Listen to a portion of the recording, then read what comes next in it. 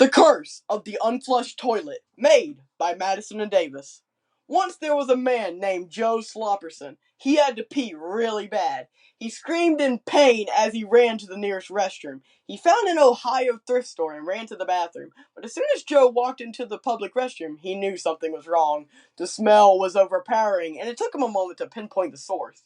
That's when he saw it, the unflushed toilet in the corner, overflowing with water and waste. Little did he know that unflushed toilet was about to change his life in ways he could have never imagined.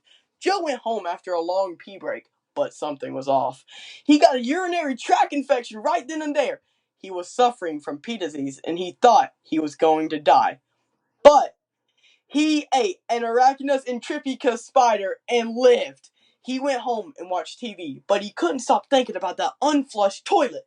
He decided to go buy some cleaner to clean that unflushed toilet, but every store has turned into an unflushed toilet store, except for an abandoned Goodwill. He started to freak out, but thought if he got some sleep, it would go away. He went to sleep and had so many nightmares about unflushed toilets. He woke up inside an unflushed toilet and screamed, but it turns out it was just a dream. He got out of bed, got dressed, and walked outside. He felt better than yesterday, which was amazing. After days of enduring the unbearable stench, Joe finally decided to take matters into his own hands. He grabbed a pair of rubber gloves, grabbed a plunger, and marched straight into the bathroom. With all of his strength, he plunged and plunged until the water began to recede.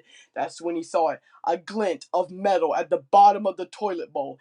As he fished it out, his heart sank. It was a valuable piece of jewelry that had accidentally been dropped in the toilet by a guest at the party. With a feeling of dread, Joe knew that the owner of the jewelry would soon discover it was missing.